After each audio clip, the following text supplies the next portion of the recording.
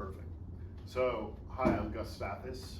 A little bit about myself. I'm the CEO and founder of Xogito Group. I'm also the founder of a company called Backbone AI that I'll be showing you some of their products. Some of my experience in terms of AI, I go way back into the 90s. My first experience with leveraging AI-like techniques was the application of genetic algorithms to optimization of the construction of fabrics, which was a lot of fun and used throughout the fashion industry. After that, I helped IBM with Deep Blue versus Kasparov, the second one where Kasparov lost, Deep Blue won, and Kasparov subsequently came and cursed us all out. And after that, I co-founded a company that built the first contextually based ad engine, widely used by New York Times, a variety of large media companies in the early 2000s. Then moved on to what's called product categorization using LSA, which was one of the early optimization techniques that worked very well for optimization. Back then, we were happy. We were categorizing product catalogs of about 200 million different products, and we got above 95% accurate with very bad product descriptions, things like misspellings, just random words in there.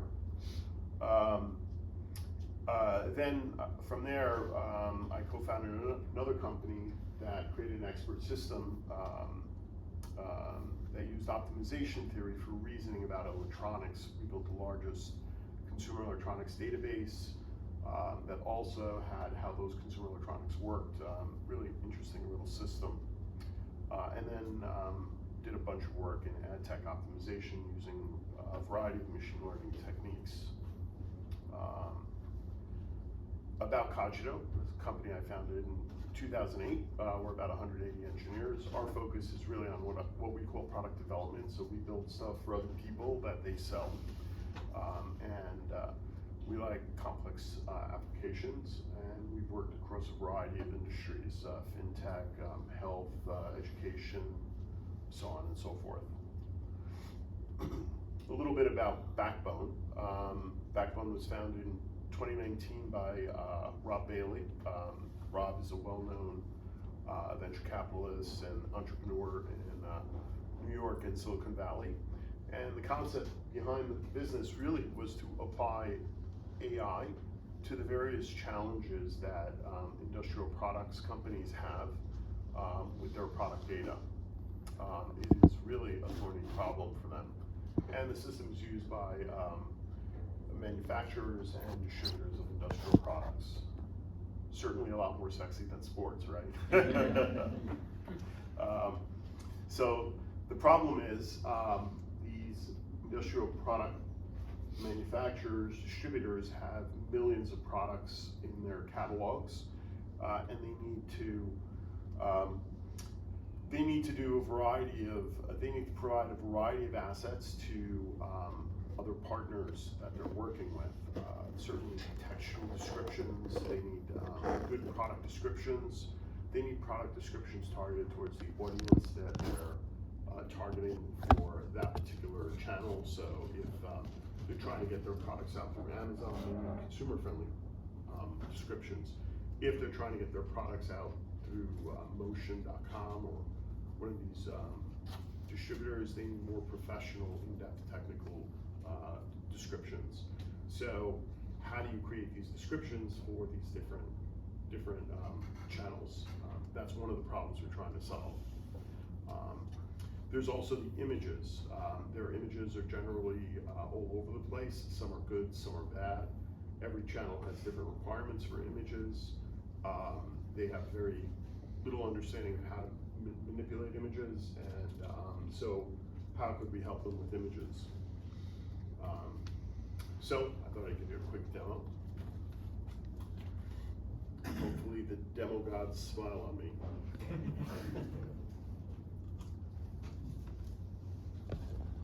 Okay, so here is Backbone. And let's go to platform. And let's log in. So the concept behind Backbone is really you define a set of transformations on product data into things called data jobs. And then you can you save that data job and you can reapply those transformations in future. So basically you create a data job, give it some data, and then it produces some output. The data jobs have things we call data bots. Each data bot does some specific action on the data. We have over 50 different data bots. I'll show the one that is leveraging GPT. So when we first launched this, we were using GPT-3. This was before OpenAI had released ChatGPT. We were looking at the output and we were excited. We said, wow, that's pretty good how well that LLM works. It's almost good enough. And then we started seeing the output from 3.5 and 4, and we're just blown away at what an improvement there was. So in this case, I won't go into too much of this. Let me get some data. So I just uploaded a data file as an Excel file, basically, right here. Let me show you what's in that file.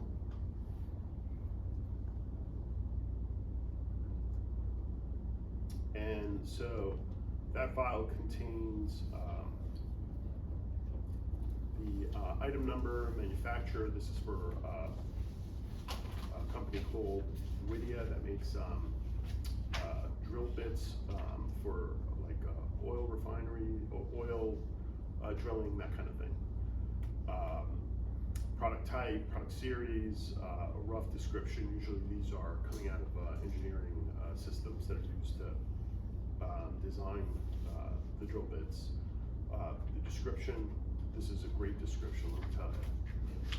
The material, cutting direction, coding, you know, a whole bunch of parameters associated with that product.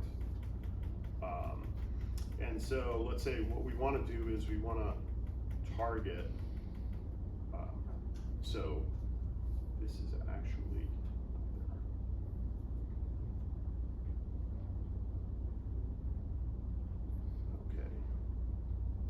okay. So what we want to do is we want to generate product descriptions for each one of these. So I'll go here, we've uploaded this file, and we're going to use the GPT description generator. And in order to do that, I'm going to select the file I just uploaded.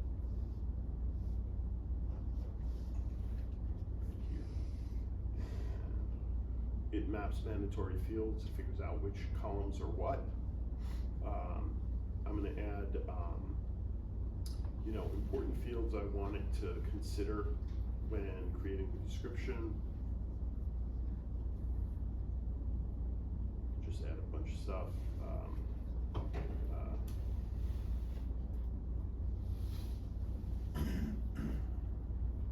Here we go. And let's say we want a long description, and we want it to be, I don't know, persuasive, let's say. And we want this to be a social media post. I can hit confirm. And now the hamsters are in the back running really, really fast. And it's working on our data. Behind the scenes, what's happening here is we're plugged into OpenAI's API. We're using GPT-4 basically it's ChatGPT, but an API version. We have a bit more fine-grained control over it through the API. And we're each time a company comes on board, we configure it so we're sending a lot of other instructions to OpenAI to tell it what to do when it's generating this data.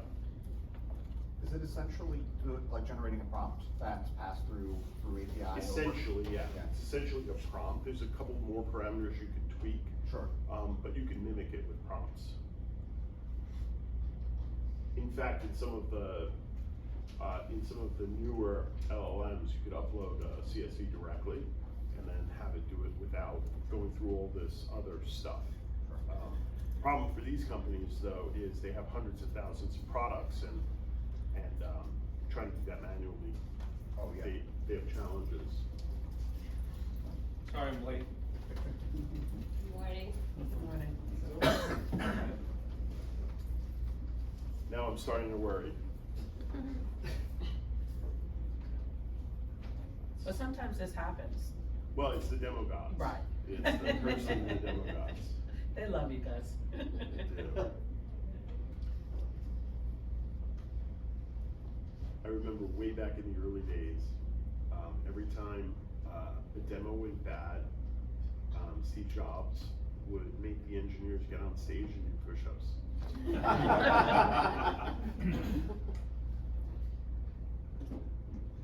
Little Jeopardy music, anybody?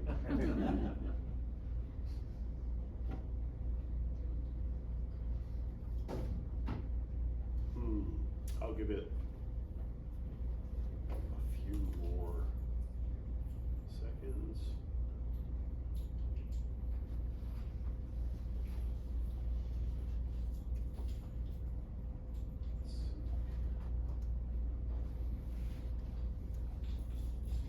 So generally what it does is it takes this input file I gave it, runs it through, there's a Kubernetes cluster on the back end.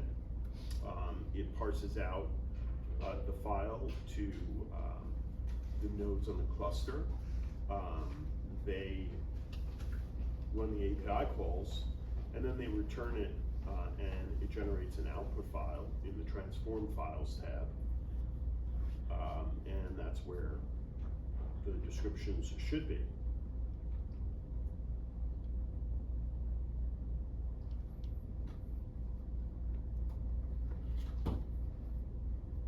Page refresh always fixes everything.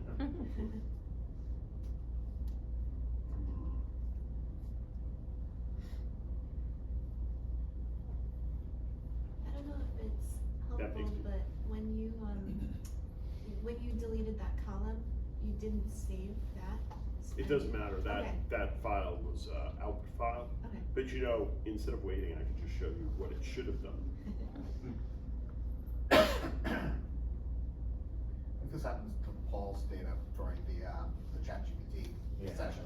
So I think it's that podium. Okay, so anyway, this was an earlier run I had done, and wow, I actually I don't even have sample output.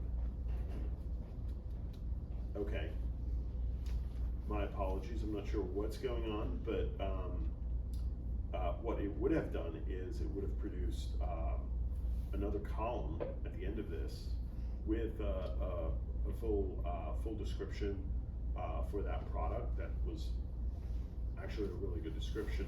In the case of selecting social media posts, it also identifies what hashtags you should use as well. So, and it's still working on it. Okay. That's all right, Gus. We'll give you a chance at the AI group to come back with it. Okay. Okay. So just to show you what the image bot does.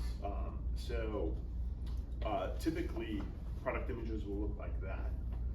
This is a terrible product image for a variety of reasons. number one, there's too much white space. There's white space to begin with. Many e-commerce sites want transparent backgrounds. The product isn't really well, it doesn't take up most of the image space. So the image bot allows you to configure it in various ways, and it creates output that looks like that. We have other, so it takes you from there to there. We have other data bots that are working on fixing images that are skewed slightly or have people in them, all these other things. So that demo went terribly wrong. Learn how to fake demos. There you go. Never do a live demo. So behind the scenes, we're using PyTorch, TensorFlow, and OpenCV. These things are used for a lot of image bots and other bots we have. React and Node are the UI and backend languages. Kubernetes is used to run the clusters, and it's all running in Azure. The text manipulation right now, we're using OpenAI's API, and we're looking at implementing LangChain and a couple other LLMs. Each can give you slightly different results, so we're thinking about providing greater, larger number there. We're also looking at incorporating tools like Midjourney for image manipulation. Other interesting applications in AI that we have is intelligent scheduling used by L'Oreal, LVMH through our partner, Allwork, immigration guidance through B2B solutions in our book Visa. We have a chatbot solution there that provides an immigration advisor to foreign nationals who are interested in immigrating to the US. And we have intelligent employee productivity management through Metro.ai. That's about it. All right, thank you. Thank you. So, I want to bring up